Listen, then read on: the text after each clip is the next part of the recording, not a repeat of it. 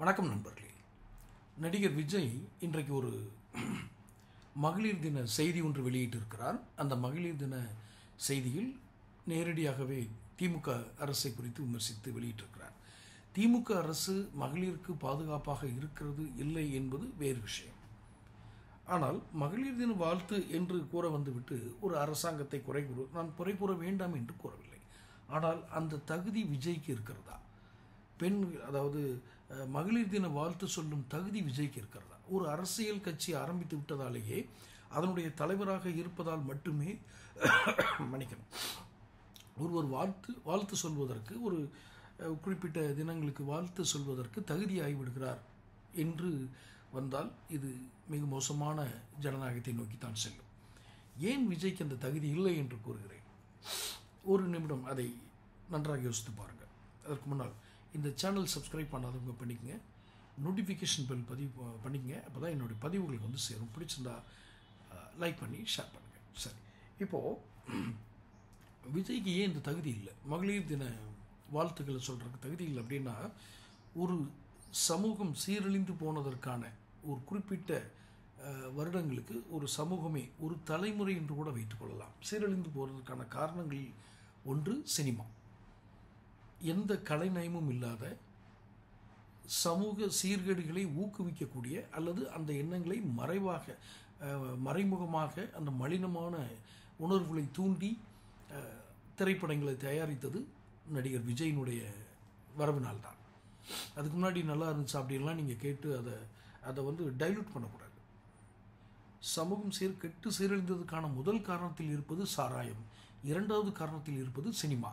நான் சினிமா என்றால் ஒட்டுமொத்த சினிமாவும் அந்த கலை வடிவத்தையும் நான் அவ்வாறு கூற வரவில்லை. ஆனால் அந்த கலை வடிவத்தில் நல்ல படங்கள் வந்திருக்கிறது, பொழுதுபோக்கு படங்கள் தான். பொதுவாக சினிமாவை நாம் எதற்காக பார்க்கிறோம்? அங்கு ஞானம் பெற வேண்டும், அந்த ஒரு 3 மணி நேரம் ஒரு அரங்கில் அமர்ந்து நாம் ஞானத்தை பெற்று விடுவோம் என்பதல்ல. உங்களை மகிழ்விக்க, உங்களுக்கு அதோடு சேர்ந்து ஏதோ ஒரு கனமில்லாத ஒரு செய்தி சொல்ல, இந்த வெயிட் மெசேஜ்லாம் சொன்னீங்கன்னா எந்த ஆடியன்ஸ் இருக்க மாட்டாங்க. அதனால் இவர் என்ன எடுத்துக்கிட்டார்னா, யார் விஜயினுடைய நடிகர் விஜய் முதல் ஒரு 5 படங்கள் கூட வைத்துக் கொள்ளுங்கள், அவரை அத்தனை எளிதாக வெற்றி பெற செய்ய இயலவில்லை. இத்தனைக்கும் அவங்க அப்பா வந்து ஒரு பெரிய சக்ஸஸ்ஃபுல் டைரக்டர். ஆனால் அவரை வெற்றி பெற வைப்பதற்கு அவர் கையாண்ட விதம் எது தெரியுமா? மூத்த நடிகைகளுடன், அதாவது விஜயை விட வயதுக்கு மூத்த நடிகைகளுடன் அவர் ஒரு அரைகுறை ஆடைகளோடு தோன்றும் காட்சிகள். உதாரணமாக இன்னும் குறிப்பாக சொல்லப்பட்டது, அந்த படத்தோட பேர் எனக்கு ஞாபகம் இல்லை, ஆனால் மறைந்த நடிகை ஸ்ரீவித்யா கிட்டத்தட்ட விஜய்க்கு அம்மா வயசில் இருப்பாங்க. அந்த படத்தில் அவங்க வந்து கதாநாயகிக்கு அம்மாவாக வருவாங்க, அதான் இவருக்கு மாமியாராக. இவர் ஒரு பாத்ரூம்லேருந்து சோப் போடுற மாதிரி சீன்லாம் எடுப்பாங்க. இப்போ இதை இப்போ நான் சொல்கிறேன்ல, இந்த மாதிரி ஒரு கலாச்சார சீரழிவுள்ள ஒரு படங்களை கொடுத்த ஒரு விஜய், இவர் போய் மகளிர் தினத்துக்கு எப்படி வாழ்த்து சொல்ல முடியும்னு நான் சொல்கிறேன் பார்த்தீங்களா? இந்த இடத்துல ஒன்று கவனிங்க. உடனே இவங்க என்ன சொல்லுவாங்கன்னா, சினிமாவை பாருங்கள், இது அபத்தமாக இருக்கிறது, உண்மையிலேயே ஒரு ஸ்ரீவித்யாக போய் சோப் போட்டார், அந்த கேரக்டர் அந்த இதில் பண்ணுறாங்கன்னா. ஆனால் நீங்கள் ஒன்றை நன்றாக நினைவு வைத்துக் கொள்ளுங்கள், அவர் நேரடியாக ஒரு நாளும் அதை செய்ய முடியாது.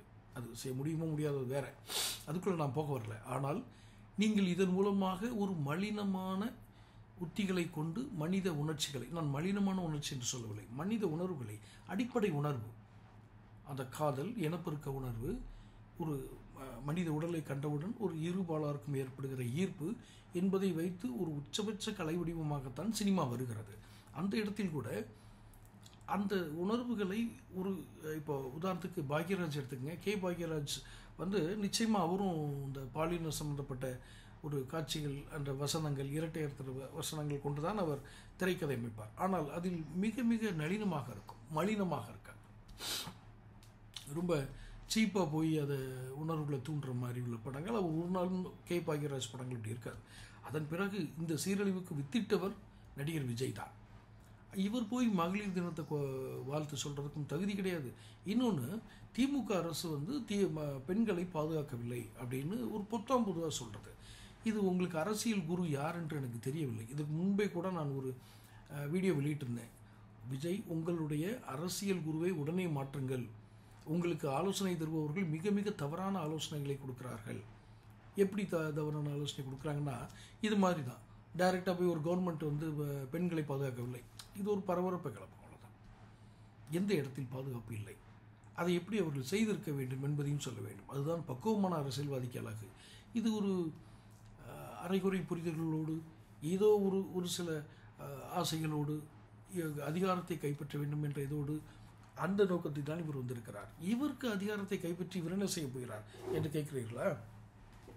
ஏற்கனவே அவர் பல கோடி ரசிகைகளை வைத்திருப்பவர். அவருக்கு எதுக்கு இந்த அதிகாரம் எல்லாம் என்று கேட்கிறீர்களா? விஜய்க்கு பின்னால் இயங்கும் ஒரு மாபெரும் சூதாட்ட குழு கும்பல் அவைதான் விஜயை இயக்குகிறது. அதனால தான் அவர்கள் இது போன்ற ஒரு ஆலோசனைகளை கூறி அதை மெதுவாக அந்த கவர்மெண்ட்டை ஷேக் பண்ணுறாங்க. ஏன்னா இவங்க விஜய் வந்தால் நிச்சயமாக லாட்ரி வரும்.